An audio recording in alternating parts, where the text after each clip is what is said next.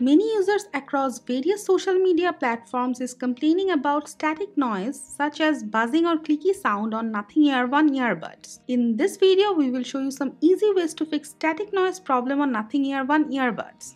First, try using another app, but sometimes it happens due to faulty app problem. Also check if there are proper charge or not. If there are very low charge, it may cause the problem. Clean the Nothing Ear 1 earbuds properly, as sometimes if the earbuds duct are clogged with dust and dirt, it can cause the static noise problem. The buzzing noise problem can happen if the Nothing Ear 1's noise cancellation or transparency mode is turned on.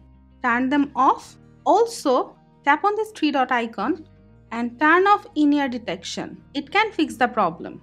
Now, if nothing else works, remove all the Bluetooth device connected to your iPhone. Now, reset your Nothing earbuds. Make sure both earbuds are in the case. Then press and hold this button. Keep holding the button until the light changes color to red. Now, after that, reconnect the Nothing Ear 1 earbuds and make sure it is the only device connected to your iPhone.